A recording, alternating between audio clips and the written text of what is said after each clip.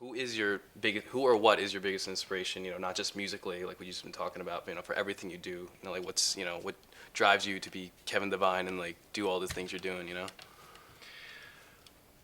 Uh, Probably like, your family, how you're brought up. Um, I mean, I think like I'm really lucky because first of all, my career has never, I was talking about this just now too, but my career has never like gone like that. It's kind of gone very slowly like this.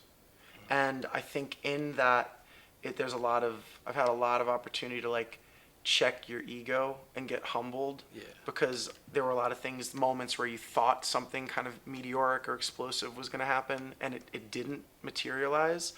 And so you start to see the luck and the grace and the fact that I can still make music, that I make music as a profession, that people come and more people seem to come see the shows every year, more people seem to pay attention with every record, and that I can sort of do it in a way that feels right to me, kind of largely outside the music industry, which is a nice thing too. I mean, I have some sliding doors where I interact with it, but I'm not like in its teeth, Yeah. which I'm really grateful for because I've seen it when I was a little bit more. It didn't work out great for me, and I see it chew up a lot of other people too.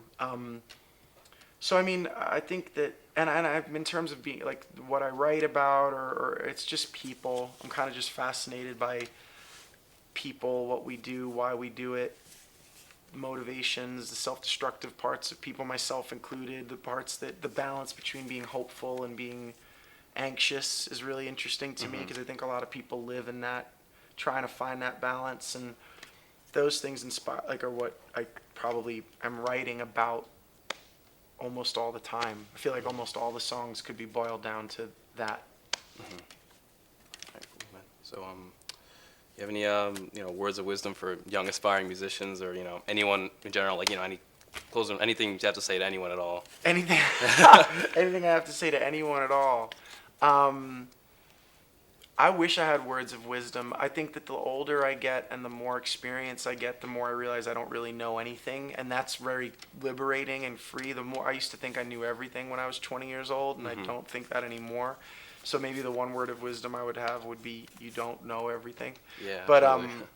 um but you kind of have to find that out through living, you Yeah, know. absolutely. I don't know what I would say. I mean, when kids come up and ask questions about how did you get to where you got, I kind of want to show them my credit card bills and be like, where I've gotten isn't like the top of Mount Olympus or something. There's like, it's been a very workmanlike and gradual build towards cobbling together what could be called a career. And I like Mm-hmm. run a small business that sometimes makes money and sometimes incurs debt.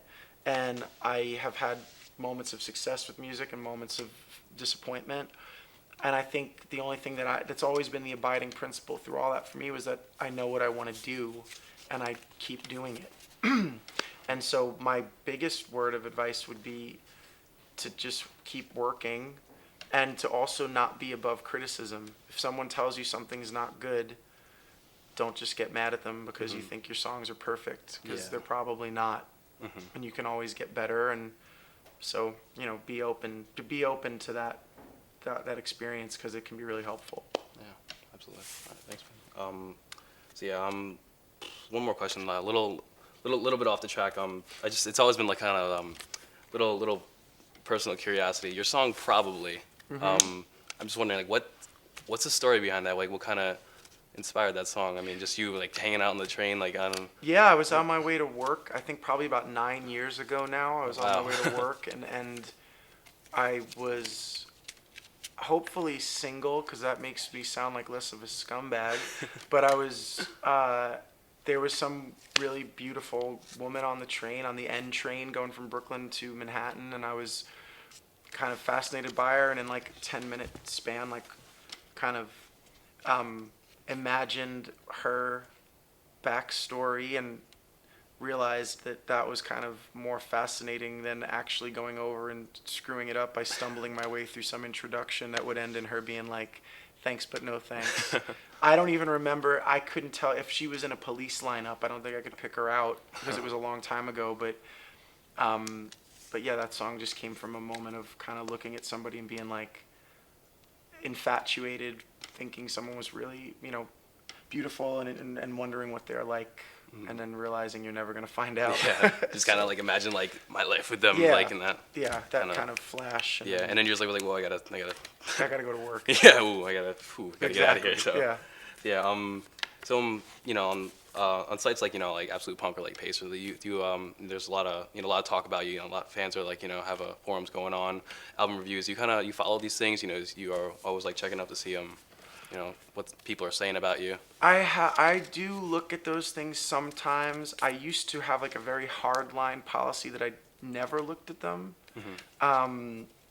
because I thought it was kind of bad for your ego and bad for keeping clear of other people's opinions in your work. But it's impossible. I mean, you can look at anything you want on your phone. The internet is endless, and so I look once in a while, but I try to keep it to a minimum. And I'm just grateful there's a lot of music and there's a lot of people out there, so it's cool that anyone's talking about it.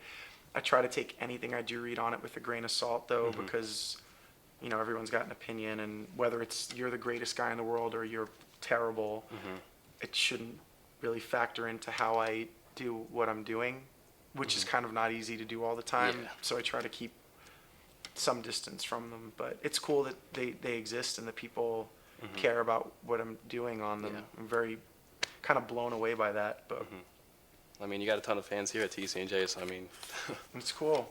Yeah. It's not a bad thing. absolutely not. So you ready to melt TCNJ's face tonight? I mean, hope so. everyone's man. looking forward to it. So. I gotta go get into my tassels and my wrestling warm up. Oh, you too. I mean, we can go together. change together. I mean, Yeah, save it's some fine. time, Yeah. But, yeah, there you have it, guys. Kevin Devine, Brooklyn, New York. Thanks for coming out, man. Appreciate you. it. Thanks for I'll see you having in, I don't know, 3 hours, whenever. 3 that is. hours, Yeah. I think it is. Yeah. All right, signing off from TCNJ at the Lions Television Studio. I'm Matt Mance, and Kevin Devine. all right, take it easy, guys.